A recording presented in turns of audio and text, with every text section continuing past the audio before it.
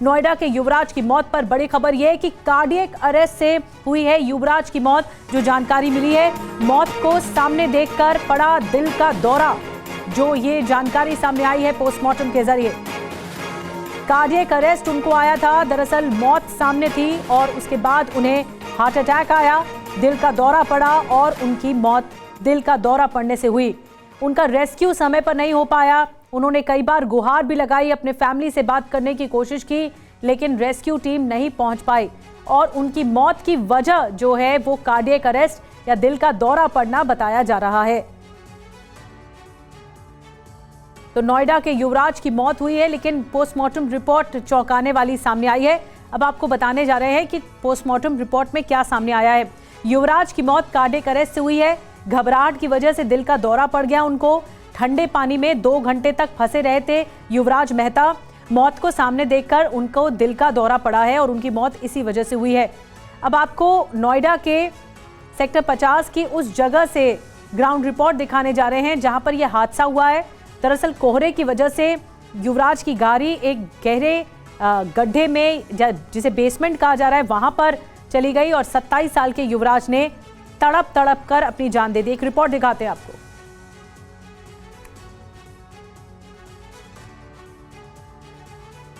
Noida sector 150 के निर्माणाधीन basement का ये जो गड्ढा है, यहाँ पर सॉफ्टवेयर इंजीनियर जो है उसकी गिरने से मौत जो हो गई थी, उस मामले में नोएडा अथॉरिटी ने कार्रवाई की है।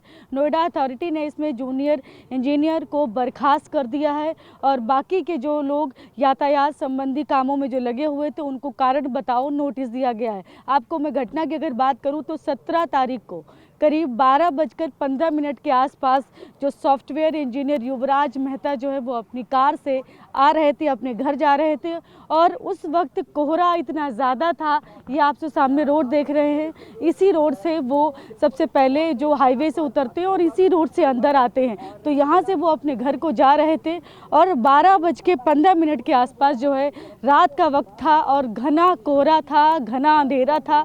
उस वक्त वो ये रास्ता बिल्कुल भी नहीं दिखता। वो आप देख रहे हैं यहाँ पर कुछ भी उस वक्त जो अभी जो लगाई गई है बैरिकेडिंग, आप देखिए उस वक्त कोई भी बैरिकेडिंग नहीं थी। ये जो आप देख रहे हैं ये तो बाद में अथॉरिटी ने लगाई है, लेकिन उस वक्त तक कुछ भी यहाँ पर नहीं था। कोई रिफ्लेक्टर नहीं था, कोई बैरिकेडिंग नहीं थी। तो गाड़ी जो आती है सीधे ये पता नहीं होता कि कहाँ से मुड़ना है और कहाँ पर ये पानी भरा हुआ है। तो आप देख सकते हैं जब यहाँ से गाड़ी निकल रही होगी तो यहाँ उसको पता ही नहीं चला और वो यहाँ से जिसे टूटा हुआ भी आप देख सकते हैं साफ साफ। तो यहाँ इस नाले से गाड़ी निकलते हुए उस पानी में जाकर गिरी। 70 फीट चूँकि इसमें खुदाई की गई है तो 70 फीट गहरे ये जो पानी भरा हुआ जो इलाका है इसमें वो गिर जाता है और बार बार वो टॉर्च जलाकर लोगों से बचाव की भी गुजारिश करता है, लेकिन उस वक्त समय पर कोई भी बचाने के लिए नहीं उतर पाता। वो अपने पिता को भी फ़ोन करता है, उनसे भी कहता है कि मुझे बचा लो, मैं डूब रहा हूँ, लेकिन अफसोस कि उसको बचाया नहीं जा सका। तो शालिनी की रिपोर्ट आपने देखी और युवराज की मौत मामले में एफआईआर भी दर्ज हो गई है। 2 बिल्डर्स के खिलाफ पुलिस ने एफआईआर दर्ज की है।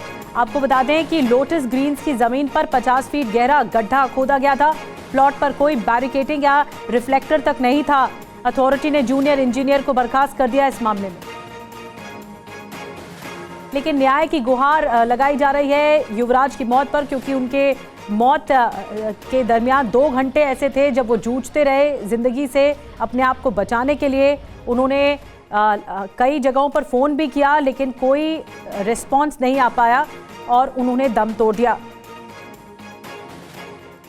आपको बता दें कि युवराज मेहता के जो पिता है उन्होंने बताया कि सिस्टम की लापरवाही ने ही उनके बेटे की जान ली है। उनका क्या कुछ कहना है आपको सुनवाते हैं।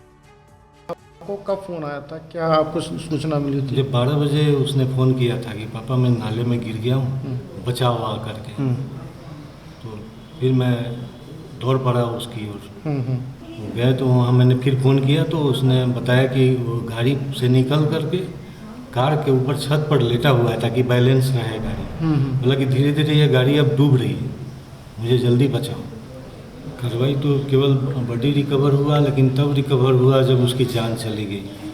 जो सही समय पर अगर सही समय पर फैसिलिटेट किया जाता तो उसकी कीमती जान बच सकती थी।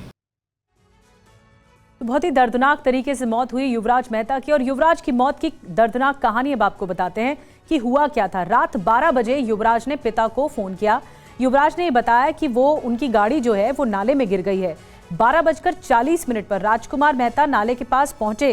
कोहरे से कुछ दिखाई नहीं दे रहा था तो युवराज ने टॉर्च जलाया और युवराज के पिता ने पुलिस को पूरी जानकारी दी। बिना किसी तैयारी के दमकल की टीम भी आई। पानी ठंडा था, सरिया होने से कोई पास नहीं जा पाया।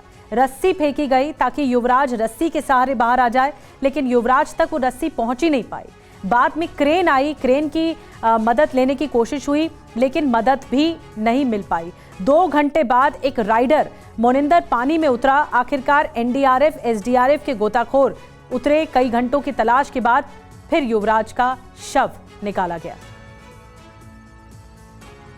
और इस पूरे मामले में ऑनलाइन कॉमर्स कंपनी के राइडर की भूमिका की चारों तरफ तारीफ भी हो रही है कि उन्होंने अपनी जान जोखिम में डालकर ये सब किया। बताया जा रहा है कि जब ठंडे पानी में कोई नहीं उतरा था तब मोनिंदर ने सरिये से भारी भरा हुआ ठंडा पानी में वहीं पे छलांग लगाई और कोशिश की जान बचाने की। फ्लिपकार्ट चलाता हूँ, जैसे मैं ऑर्डर लेके आया था, मैंने देखा यहाँ पर बहुत सारी भीड़ लगी हुई थी। क्यों 15 दिन पहले सेम केस मेरे सामने हुआ था यहीं पे ही, उसका रेस्क्यू मैंने ही किया था ड्राइवर का। देखिए मैंने सोचा भीड़ यहाँ पे तो पक्का आज भी कोहरा है, कोई ना कोई इसमें दाग चुका है। मैंने आके देखा तो क्या सीन है, तो कुछ लोगों ने बताया कि भाई यहाँ इसमें एक लड़का गाड़ी लेके दाग चुका है और उसी के अंदर है और अभी उसकी आवाज़ आनी बंद हुई है। अच्छा, मैंने बोला कि वो मगर जी मुझ पर तैरना आता, क्या मैं अंदर जा सकता हूँ? जो भी बात किससे कही थी? वहाँ पुलिस वाले खड़े थे? प्रशासन से मैंने खुद बोला था कि मैं जा सकता हूँ, तो तुम पे तैरना आता है? उन्होंने बोला हाँ जी। मैंने बोला हाँ जी मुझ पे तैरना आता है, तो आप जा सकते हैं। मैं गया अंदर, मैंने जाके देखा, कमर से रस्सा बांध के मैं 50 मीटर अंदर तक गया था तैरता हुआ। मैंने देखा पूरे लेफ्ट राइट सामने बिल्कुल मुझे कुछ नहीं दिखा। मैंने कभी 30 से 40 मिनट उस भाई को ढूंढा था। मेरे आने से 10 मिनट पहले वो लड़का डूब चुका था। अब मुझे नहीं पता कंफर्म कि पुलिस किस टाइम आई थी या फायर ब्रिगेड किस टाइम आई थी, लेकिन मुझसे पहले सब मौजूद थे। मॉर्निंग में तो लगभग 6-7 बजे तक उस लड़के को रेस्क्यू कर लिया था। क्यों 5:30 पौने 6 बजे तक मैं यहाँ से गया था। मुझे मॉर्निंग में पता, जब मैं सो के उठा था बोले थे लड़के को लुकाड़ कर पोस्टमार्टम के लिए भेज दिया। तो सबसे पहली बात ऑथोरिटी की गलती है जी, यहाँ पे कुछ नहीं था। ये इतना सब बट अगर कोई स्पीड में अगर किसी को पता भी चल जाएगी कि आगे नाला, अगर वो कंट्रोल भी करे, गाड़ी रिपटती नीचे जाग जाएगी। ऑथोरिटी ने इतना भी नहीं किया। डिवाइडर की गाड़ी अगर बाई चांस 10, 20, 50, 100, 50, 60, 70 की स्पीड पे अगर टकरा जाती है तो गाड़ी एकदम से कंट्रोल हो जाती है, बड़ी गाड़ियाँ। ठीक है जी, उन्होंने इतना भी फुटपाथ नहीं लगा कि टक्कर आके गाड़ी रुक भी जाए। इसमें ये सिस्टम अगर किसी की नजर बती तो गाड़ी सीधी दाकेगी, चाहे ब्रेक मार लो, चाहे कुछ भी है। और हमारे साथ हमारी सहयोगी शालिनी वाजपेयी जुड़ रही हैं। शालिनी, एक अच्छे भले इंसान की सिस्टम के फेलियर की वजह से, लापरवाही की वजह से मौत हो जाती है, वो भी दर्दनाक, मदद तक नहीं पहुंच पाती है। लेकिन अभी एफआईआर तो दर्ज हो गई है, लेकिन आगे की कार्रवाई किस तरह से की जा रही है? वहां पर क्यों आखिर प्रशासन का क्या कहना है, क्यों आखिर वहां पर बैरिकेडिंग नहीं थी, रिफ्लेक्टर्स नहीं थे ताकि आवाजाही में दिक्कत नहीं हो लोगों को? देखिए, सबसे पहले मैं आपको यहाँ पर चूँकि स्पॉट पर हूँ तो स्पॉट की स्थिति दिखाती हूँ।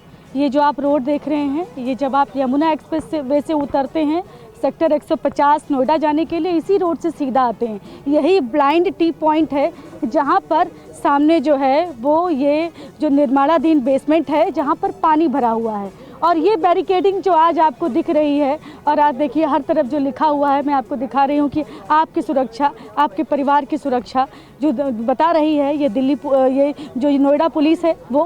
और लेकिन सुरक्षा किसकी हुई वो आप साफ बता सकते हैं कि सुरक्षा किसकी की गई। और वहाँ हालत देखिए, पानी भरा हुआ है। इसी पानी में जो है वो युवराज की मौत हो जाती है। एक 27 साल का इकलौता बेटा तड़प के अपने पिता के सामने जो है उसकी जान चली जाती है। और उसका असहाय पिता, सोचिए, कुछ भी करने की स्थिति में नहीं होता है, तो उसके लिए तो जीवन भर का ये टीस रह जाती है। और सामने देखिए, मैं आपको बोर्ड वो दिखा रही हूँ जिस पर लिखा हुआ है कि जो 3-4 BHK के जो फ्लैट हैं वो 3.5 करोड़ के हैं। तो देखिए ये स्थिति है। इतने महंगे फ्लैट्स, इतनी बड़ी सोसाइटीज़ जहाँ पर आसपास हैं, इतने रेजिडेंट्स रहते हैं, वहाँ पर सिस्टम की इतनी बड़ी लापरवाही कि ना तो ये बैरिकेडिंग जो आप देख देख रहे हैं। आज तो यहाँ पर मिट्टी डाल दी गई है, कल तो बहुत गड्ढे भी थे।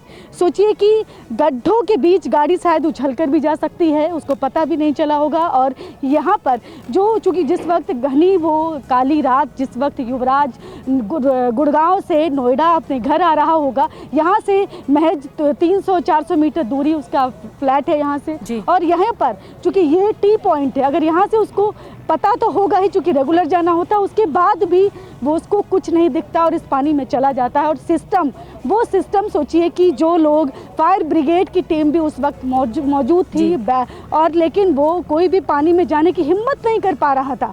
उस वक्त डिलीवरी बॉय को अंदर पानी में जाना पड़ा।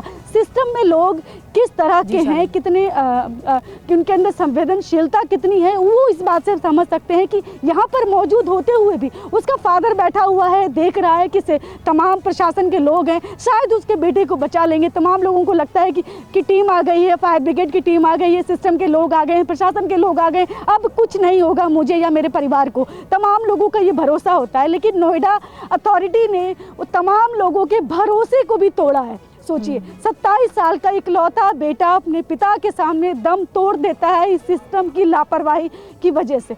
आज वो लोग कोई जवाब देने के लिए मीडिया के सामने भी नहीं आ रहे हैं। कार्रवाई के नाम पर सिर्फ जेई को बर्खास्त किया गया है और वो लोग कारण बताओ नोटिस दिया गया है बाकी लोगों को। तो सोचिए आखिर वो और भी तो तमाम अधिकारी हैं जो इसके लिए जिम्मेदार हैं। नोएडा प्राधिकरण के वो कौन अधिकारी हैं जो इसके लिए जिम्मेदार हैं, ये भी बड़ा सवाल है। उन पर आखिर कार्रवाई कब होगी? और ये जो तमाम, सिर्फ यही नहीं, वहाँ पर मैं अगर आपको जाने की कोशिश भी करूँ और वो दिखाऊँ कि जहाँ पर एक सीवर का भी गड्ढा है, वहाँ पर भी कल को कोई भी दुर्घटना हो सकती है। तो ऐसी तमाम यहाँ पर अव्यवस्थाएं हैं इस पूरे इलाके में। शालिनी, हम देख सकते हैं आप ही की रिपोर्ट के जरिए कि लोगों की तरफ से भी ये मसला उठाया गया, लेकिन कोई भी इंतजाम नहीं थे और सिस्टम की घनघोर लापरवाही की वजह से एक मासूम की जान गई है। रोंगटे खड़े कर देने वाला, रूह कपा देने वाला ये पूरा मामला सामने आया। शुक्रिया शालिनी आपका तस्वीरें दिखाने के लिए।